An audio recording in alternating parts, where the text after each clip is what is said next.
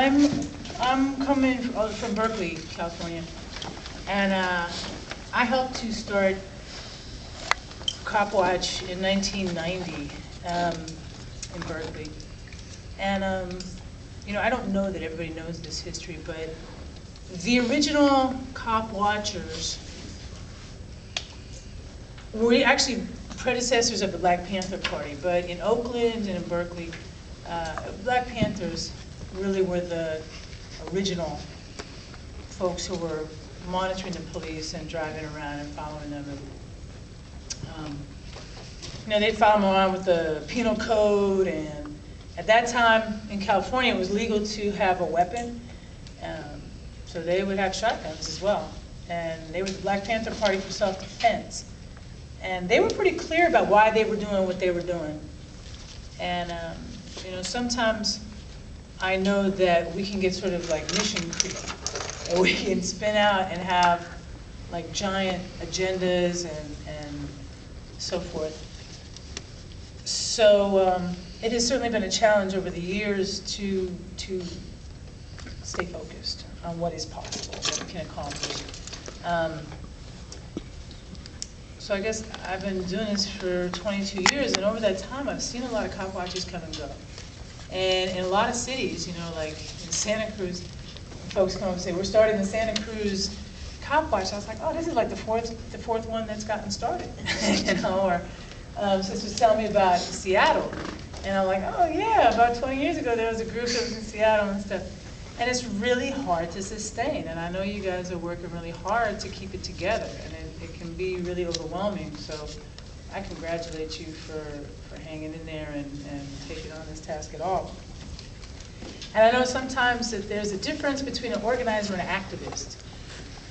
You guys feel me on that one? Mm-hmm. You know, the activist can run around with a video camera and jump out of a car and you know, like superhero cop watcher.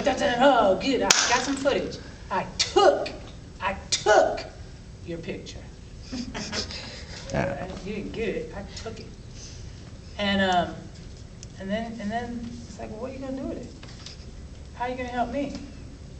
You know, there's that propaganda moment where you appear on the scene, and you know, I guess maybe the cop changes their behavior and they act right for a minute there. But if they don't, you know, how are you gonna follow through? How are you gonna make that? How are you gonna turn that raw material of the abuse itself into something that ultimately benefits somebody somewhere? So we want to look at some of that. Berkeley Copwatch, when we started, we had this notion of gathering stories. So I actually had this book, you know, all these homeless people would tell me, oh, the cops are being brutal, brutal, brutal. I was like, well, what is brutal mean? I said, man, write this down. So I gave a notebook to this one guy, and then a couple weeks later, the book came back to me, and it was like, damn, it really's got these stories in it. Wow, these people are really getting dogged, you know? And so we organized a meeting place at this house called Unitas, and the only thing we had were clipboards. We didn't have cameras, we didn't have video cameras, we had nothing. We had a cardboard box under a pew in this place, and you know, going on shift and going up and getting the clipboard. You know? And we've never been officially, nobody's ever been paid for cop watching. So we don't have an executive director. It's like in terms of like the nonprofit model and the whole critique of the nonprofit model, you know, cop watches, I think, blow that away. You know, and that's pretty freaking cool, because look how far it extends. It's a consciousness, and that attests to the power and the resource that good politics is. If you got a good message, you got a clear thing that you're doing, people will gravitate to that, and they will direct resources your way. So Berkeley Copwatch, you know, on one level has sort of been successful because we have longevity. I also participated in Oakland Copwatch. Remember, Christian was talking about the murder of Oscar Grant. Well, one of the responses that people had to the murder of Oscar Grant was that they wanted to start cop watching. They were like, we got to do something now, we got to do something effective, we got to take control of our streets and so forth. And we did that for about a year, and it failed. It does not exist anymore. It came, like so many, you know, when it's fresh in people's mind and the issue's hot, everybody, you know, there's a lot of enthusiasm, but then the core realities that the organizer understands about how to keep this going, how to build, how to turn it into something, those realities become present, and some people fall away. You know, on the one hand, like Oakland Copwatch, Oakland is a city of about 300,000–400,000 people, but it's spread out.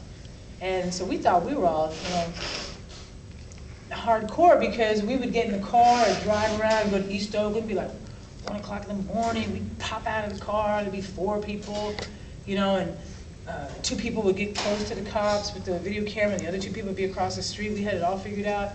And the cops, oddly, you know, we thought they were going to mash.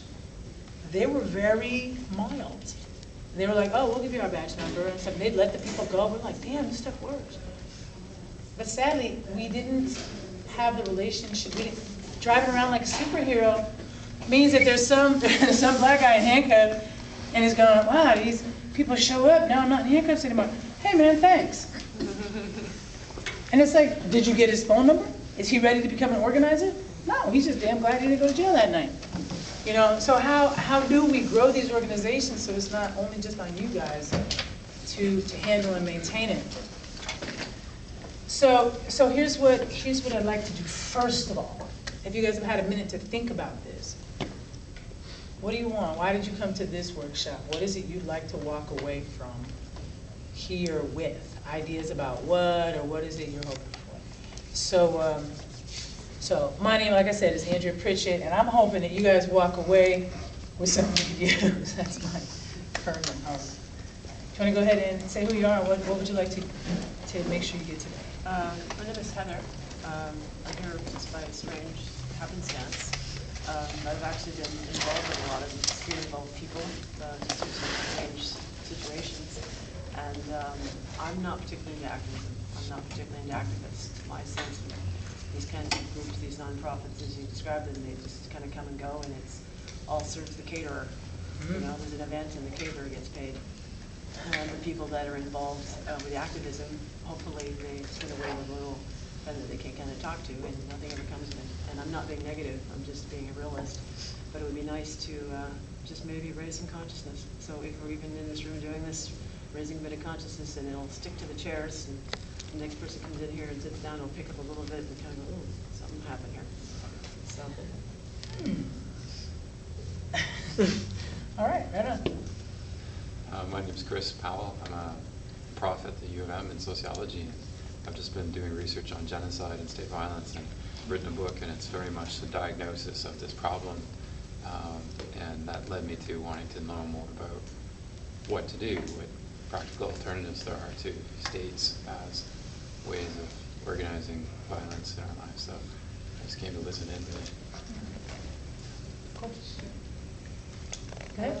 My name's Danielle, and from Edmonton, and I think what I would like to learn from this particular workshop is just some ways of, in a day-to-day, like just every day you're like out there doing your regular life, how to, if you see an incident, like how to observe that and make it useful, and also how to, you know, if you're ever the one like targeted or whatever, to make sure that you are observing, or like you have some recourse to like say document what has happened. Right. So